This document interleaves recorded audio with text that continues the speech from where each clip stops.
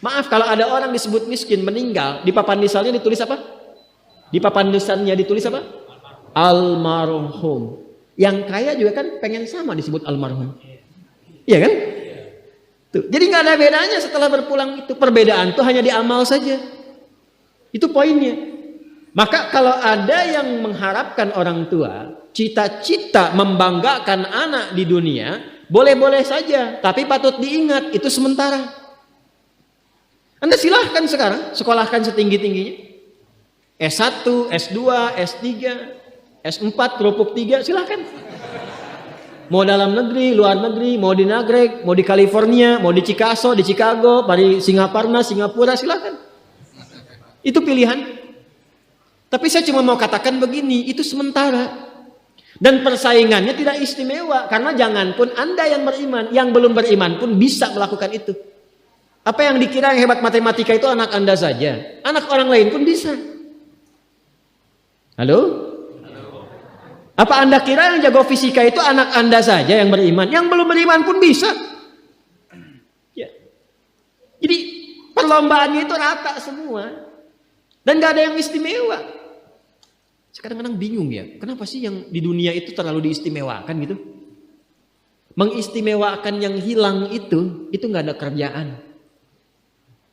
Mengagungkan yang hancur, yang sifatnya fana, rasanya biasa.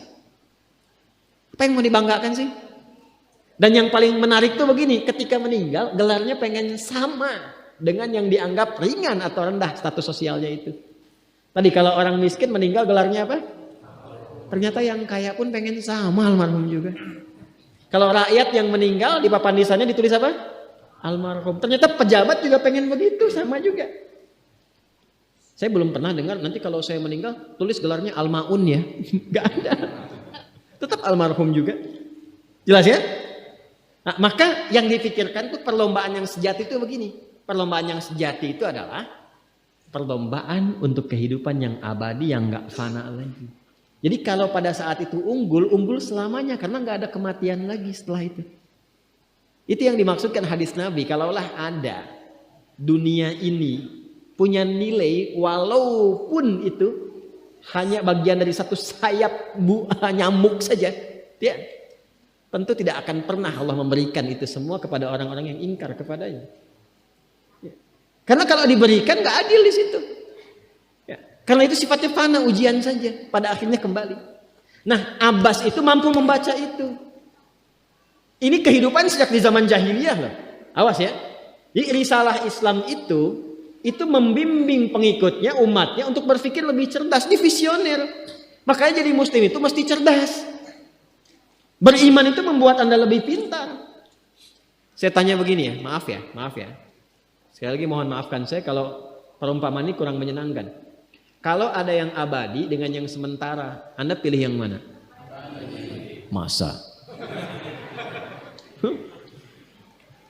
Sholat itu untuk yang abadi atau yang sementara? Abadi. Baik. Mobil itu untuk yang abadi atau yang sementara? Pilih yang abadi apa sementara?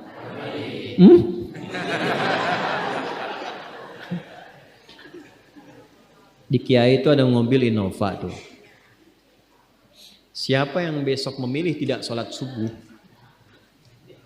Pilihannya pilih Innova atau pilih sholat subuh? Yakin? Kalau saya pilih Innova dipakai untuk mengantarkan sholat subuh. Nah, itu lebih bagus. Ya. Jangan dipotong sampai situ ya. Ya bisa aja kita pilih Avanza, bisa pilih Ferrari, bisa pilih Pajero ya. Awas yang punya mobil Innova, Anda potong royalti kena.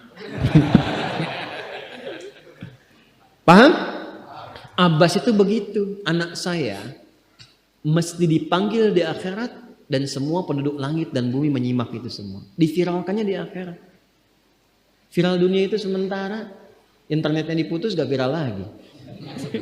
Kadang-kadang yang viral kemarin kan sekarang gak ada lagi, ya kan? Yang viral tahun lalu sekarang sudah gak ada, ya kan? Jadi belum selesai kehidupan sudah hilang juga viralnya. Akhirat itu selamanya. Dan biasanya begini, kalau orang-orang yang diviralkan oleh Allah atas kehendak Allah itu abadi melintasi setiap masa. Jadi ada yang viral karena berita, ada yang viral karena doa dan kehendak Allah Subhanahu wa taala. Itu yang diviralkan langsung atas kehendak Allah itu melampaui zamannya. Makanya kisah ini pun bertahan sampai sekarang. Nah, Abbas itu berpikir, saya boleh sekarang jadi pebisnis pedagang, tapi anak saya mesti menguasai apapun yang pernah diajarkan oleh Nabi. Maka anak kecil ini sejak dini mengikuti Nabi. Sejak dini lekat dengan Nabi. Maka ketika Nabi tidur pun itu ikut berkunjung karena keluarganya. Nah, inilah yang didapatkan oleh kita hadis tentang bangun tidur. Jadi hadis tentang bangun tidur itu diriwayatkan oleh anak kecil yang umurnya belum genap balik. Main-main ke rumah Rasulullah, ke rumah bibinya Sayyidah Maimunah, ingin tahu bagaimana cara bangun malamnya Nabi. Itu diikutin sampai dilihat gimana bangunnya. Duduk dulu, kata beliau duduk dulu. Kemudian mengusap dengan bagian tangan yang diduga bersih untuk menghilangkan bekas ngantuknya. Setelah itu membaca khawatimah surah Ali Imran. Kemudian thumma dhahaba ila syanin mu'allaq, ke tempat tertutup, fatawadda, itu kan? Nah, itu ada semua rangkaiannya, itu ditemukan nanti di hadis riwayat Abu Daud, di Sunan Abu Daud. Nomor hadis 1367. Itu hadis tentang bangun tidur, ya, cara bangun tidur sampai sholat malam. Masih ingat teman-teman kalau kita bermakmum begini dan ada imam satu dan sudah pasti satu imam? Ya kan? Makmum berapa? Satu boleh? Boleh. Dua boleh? Tiga boleh? Empat boleh? Jadi imam berapa? Makmum? Empat. Laki-laki imam makmum? Imam, baik, bagus ya. Nah, dan imam kan laki-laki. Kalau perempuan imam untuk perempuan kan? Laki-laki untuk perempuan dan untuk laki-laki. Fokus ini. Kalau satu begini, satu laki-laki, kemudian di belakang laki-laki.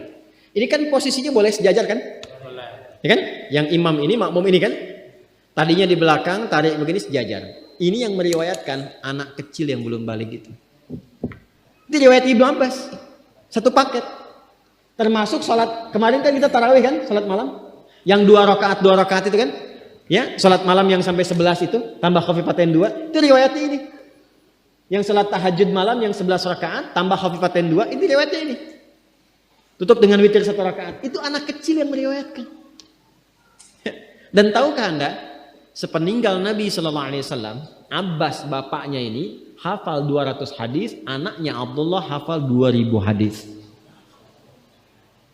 Begitu caranya. Anda di sini ada yang diplomat, yang di kantor, yang taruhlah berdagang misalnya, ibu rumah tangga, ya, dan sebagainya. Boleh, nggak apa-apa. Saat ini kita mungkin belum maksimal, tapi jangan biarkan ada satu di antara anak keluarga kita yang tidak jadi kebanggaan di akhirat.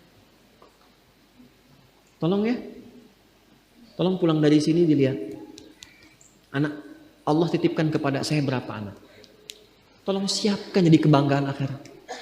Satu aja jadi ahli Quran.